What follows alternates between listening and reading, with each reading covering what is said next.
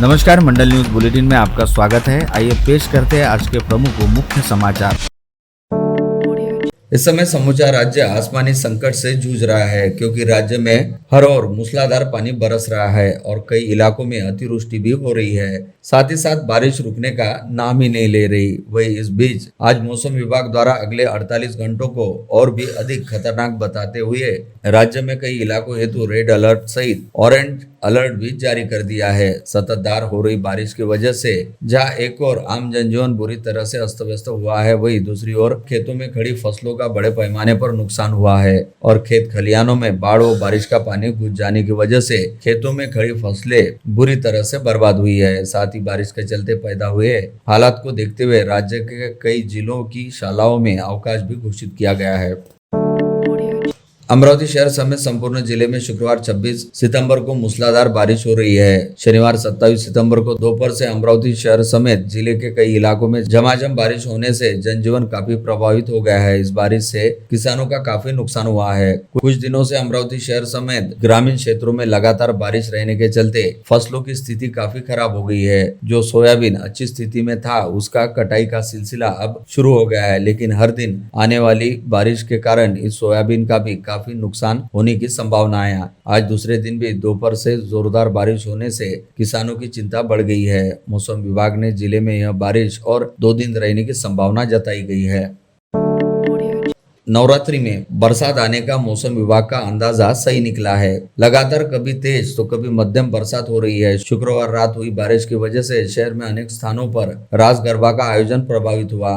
कई रद्द करना पड़ा। पंडालों में पानी के बचाव के साधन जुटाने की होड़ के साथ सभागार में आयोजन शिफ्ट करने की नौबत देखी गई। इस बीच आज शनिवार पंचमी की रात भी खुले मैदान में गरबा रास आयोजित प्रभावित होने की आशंका जताई गई है। शनिवार दोपहर शहर और परिसर में पुनः 20 मिमी से अधिक बारिश ने अंबा देवी के शारदीय नवरात्रि मेले के उत्साह पर भी पानी फिरने का काम किया। अमरावती शहर के बीचों बीच स्थित नेहरू मैदान विगत लंबे समय से दुरावस्था का शिकार है। किसी समय इस मैदान के एक हिस्से में टाउन हॉल हुआ करता था, जहां पर विभिन्न तरह के आयोजन हुआ करते थे। साथ ही इस मैदान पर लाल डब्बा के नाम से मशहूर मनपा स्कूल है, जो शहर के लिहाज से एक ऐतिहासिक इमारत है, जिसका उद्घाटन देश गौरव नेताजी सुभाष चंद्र बोस के हाथों हुआ था। इसके अलावा इस मैदान के एक हिस्से में कस्तूरबा उद्यान है, जहाँ पर शहीद स्मृति स्तंभ भी है।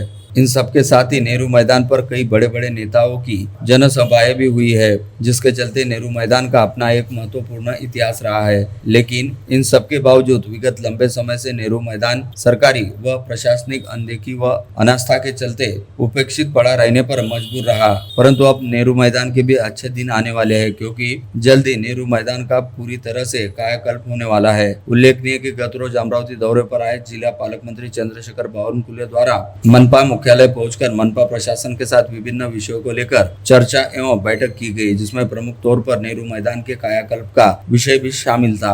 इस बैठक में जिला पालक मंत्री चंद्रशेखर बावनकुले ने मनपा प्रशासन को स्पष्ट निर्देश दिए कि अमरावती शहर के लिहाज से ऐतिहासिक, सांस्कृतिक व सामाजिक धरोहर रहने वाले नेहरू मैदान और वहां पर स्थित इमारतों को संरक्षित करने हेतु आवश्यक कदम उठाए गए। साथ ही इसके लिए Maharashtra state structural development corporation की सहायता लेने हेतु नेहरू मैदान का कायाकल्प किया जाएगा। इस समय मनपा प्रशासन ने MSCRDC के साथ पहले ही संपर्क कर नेहरू मैदान को लेकर तैयार किए गए नियोजन का प्रारूप भी पालक मंत्री बावनकुले के सामने प्रस्तुत किया गया, जिसमें बताया गया कि नेहरू मैदान को लेकर किए जाने वाले काम के तहत मौजूदा जगह पर खेलकूद के लिए मैदान कायम रहेगा। साथ ही शहर के लिहाज से ऐतिहासिक धरोहर रहने वाले जगह पर एक म्यूजियम साकार किया जाएगा, जहां पर स्कूल को दोबारा शुरू करने के बारे में भी विचार किया जा सकता है। इसके अलावा टाउन हॉल वाली जगह पर सर्व सुविधा युक्त सांस्कृतिक भवन का निर्माण करते हुए मैदान के बाहरी और व्यापारिक संकुल साकार किया जाएगा। साथ ही मैदान के एक हिस्से पर वाहनों की पार्किंग हेतु वाहन तल भी साकार किया जाएगा, ताकि शहर के प्रमुख व्यापारिक क्षेत्रों में आने वाले वाहनों के लिए शहर के बीचों बीच पार्किंग व्यवस्था उपलब्ध हो सके।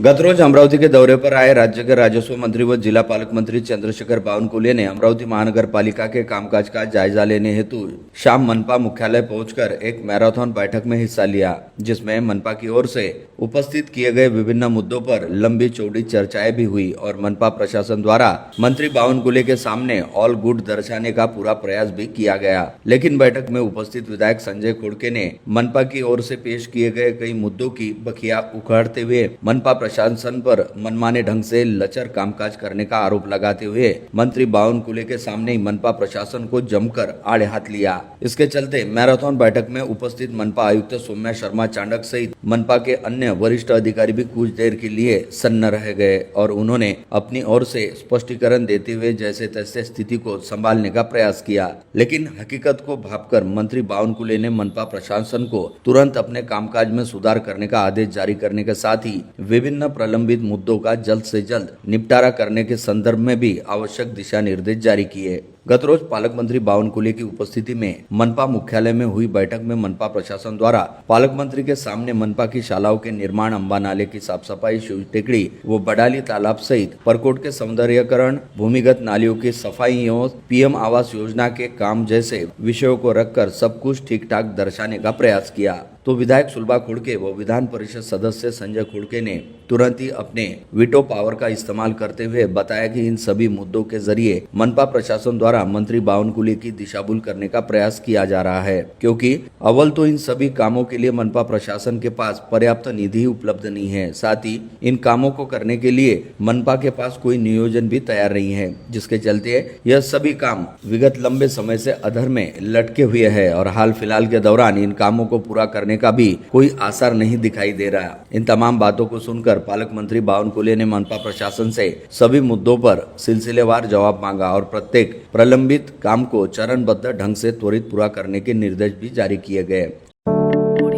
इस पूरे मामले को लेकर जानकारी और प्रतिक्रिया हेतु संपर्क किए जाने पर मनपा आयुक्त सौम्या शर्मा चांडक ने कहा कि कल की बैठक के दौरान विधायक खोड़के दंपति द्वारा किया गया विवाद उनके लिए बेहद हैरत अंगेज था। वे अब तक नहीं समझ पाई कि आखिर विधायक खोड़के दंपति की नाराजगी की वजह क्या रही। खासकर खोड़के दंपति ने जिस तरह से उनके कामकाज को लेकर अखबारों में प्रकाशित होने वाली खबरों एवं अमरावती मनपा के सोशल मीडिया अकाउंट पर की जाने वाली पोस्ट को लेकर नाराजगी जताई, वह पूरी तरह समझ से परे है, क्योंकि यदि कोई अच्छा काम हो रहा है और उसकी जानकारी अखबारों व मनपा के अधिकृत पेज के जरिए आम जनता तक पहुंच रही है तो इसमें कोई हर्जा नहीं है। इसके साथ ही आयुक्त सौम्या शर्मा ने यह भी कहा कि वे जनता द्वारा निर्वाचित प्रतिनिधियों का पूरा सम्मान करती है और सभी के विचारों सुझावों के आधार पर ही काम करने में भरोसा रखती है। उन्होंने आज तक कभी भी मनमाने ढंग से कोई काम नहीं किया, बल्कि वे सबके साथ समन्वय स्थापित कर काम करने में विश्वास रखती है।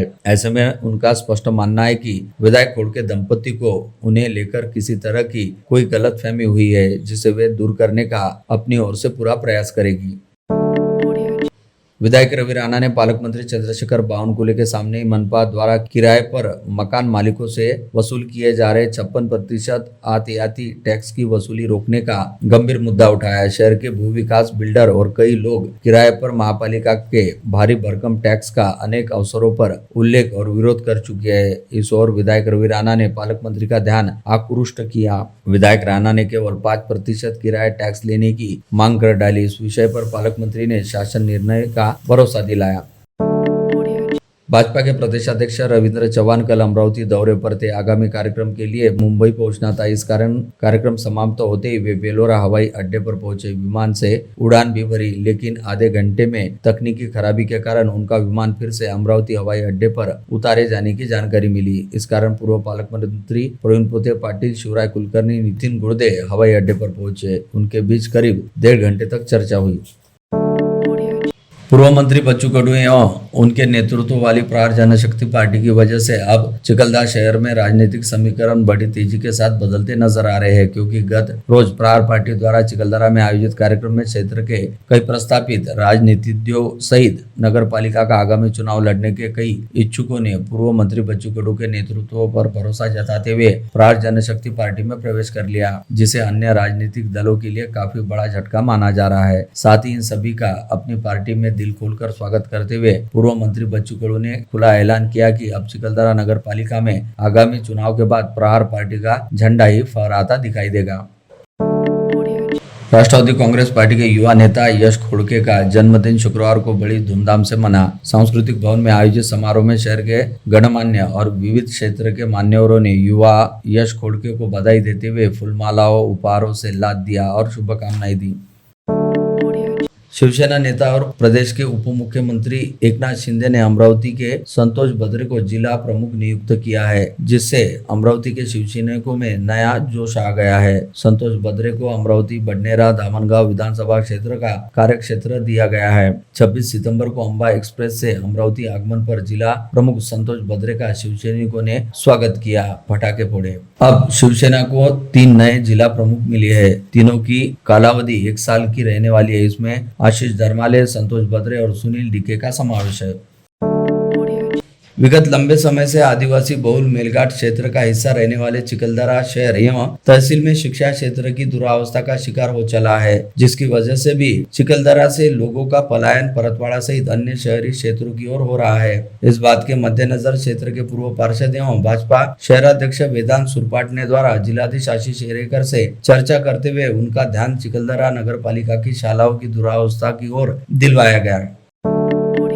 नांदगांवपेट एमआईडीसी परिसर में विद्युत आपूर्ति खंडित होने के बाद उसे सुचारू करने के लिए महावितरण के कर्मचारी वैभव इंगले की करंट लगने से मृत्यु हो गई। बारिश शुरू रहते पोल पर चढ़कर काम शुरू रहते जनरेटर के रिवर्स प्रवाह के कारण विद्युत पोल पर ही करंट लगने से वह नीचे गिर पड़ा। गंभीर अवस्था में उसे अस्पताल में ले जाया गया, जहाँ डॉक्टरों ने उसे मृत घोषित किया। अकोला शहर के नितिन वाइन बार के सामने 2 गुटों में विवाद होने से मारपीट प्रकरण के 9 आरोपियों को गिरफ्तार किया गया। आरोपियों की दहशत मिटाने के लिए पुराना शहर पुलिस ने चारों आरोपियों को हथकड़ी लगाकर उनका गुरुवार को जुलूस निकाला। वाशिम बाईपास रोड के सिद्धार्थवाड़ी निवासी हीरा प्रकाश घुमरे, स्वप्निल पालकर और सचिन पालकर पर सैयद बबलू सैयद तौफीक, सैयद करीम, शेख नईम उसके 10 से 12 साथियों ने लोहे के पाइप से घुमरे पर हमला किया था। अकोला जूना शहर पुलिस ने एक ऐसे व्यक्ति को गिरफ्तार किया है जिसने अपने मालिक के 6 लाख रुपए हड़प निकले गाड़ी दुर्घटना और लूटपाट का झूठा नाटक मचा था। पुलिस ने आरोपी के पास से चोरी की गई पूरी रकम और घटना में इस्तेमाल किया गया वाहन भी जब्त किया गया। फिरियादी विजय होद्दालदास गुरदानी इसने पुलिस को बताया कि उन्होंने 6 लाख रुपए मालेगांव जिला वाशिम निवासी सतीश अग्रवाल के पास रखे थे। यह रकम लेने के लिए उन्होंने अपने कर्मचारी आकाश दगड़ू खवने को मोरबाग भेजा था। आरोपी आकाश खवने शाम 5 बजे से यह रकम लेकर निकला। रात करीब 7 बजे उसने अकोला वाशिम बाईपास पर पहुंचने के बाद फोन किया और बताया कि उसकी गाड़ी का एक्सीडेंट हो गया है। उसने तुरंत किसी आदमी को भेजकर पैसे का पार्सल ले जाने को कहा। फिरियादी ने अपने आदमी पवन शुक्ला को मौके पर भेजा। इसके 2 मिनट बाद ही आरोपी आकाश खवने ने दोबारा फोन किया और झूठी कहानी सुनाई कि सफेद रंग की स्विफ्ट गाड़ी से 3 अज्ञात लोग नीचे उतरे और वे पैसे का पार्सल छीनकर भाग गए। जिसके बाद पुलिस ने मामले की गंभीरता को देखते हुए पूरी जांच शुरू की। पुलिस की पूछताछ में आरोपी आकाश दगड़ू खवने ने अपना गुनाह कबूल कर लिया। अकोला जिले के बोरगांव मंजू थाना क्षेत्र में बीती रात लगभग 10 बजे एक बड़ा सड़क हादसा हुआ। इस हादसे में ट्रक लग्जरी बस को बचाने के प्रयास में सड़क किनारे खड़े एक अन्य वाहन से जा भिड़ा, जिससे ट्रक का अगला हिस्सा बुरी तरह चकनाचूर हो गया। हालांकि आश्चर्यजनक रूप से ट्रक चालक की जान बच गई। यह दुर्घटना पानशिबा गाँव के समीप राष्ट्रीय महामार्ग पर घटित हुई।